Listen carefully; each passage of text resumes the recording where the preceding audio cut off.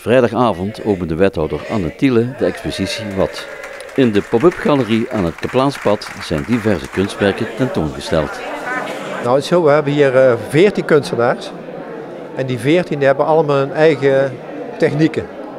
We hebben hier beeldhouwers. We hebben iemand die heeft een zeehondje van oud gereedschap gemaakt. Dat is een geweldig ding geworden. We hebben mensen die keramiek gemaakt hebben.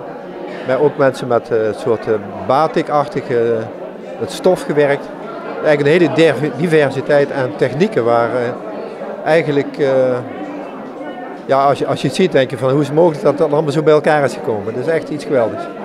Nou, het initiatief, ja, ik wil niet zeggen dat ik ben over het algemeen erg bescheiden, maar eigenlijk komt het wel een beetje van mij af. Dat ik een week op de Wadden ben geweest in 2016, de Waddeneilanden, op een platbodem met schilders. En daar hebben we zo'n geweldige natuur ervaren daar. En de natuur die ontplooide zich helemaal toen, in die week dat wij daar waren. Ik wist gewoon niet wat ik zag bij wijze van spreken. En toen weer thuis was, ben ik allerlei schilderwerken gemaakt. Waar onder andere een schilderij van geen 10 meter, dat dacht ik eerst met 7,20 meter ongeveer. Maar evengoed nog een aardig lang schilderij. Maar dat is hier op deze expositie te zien.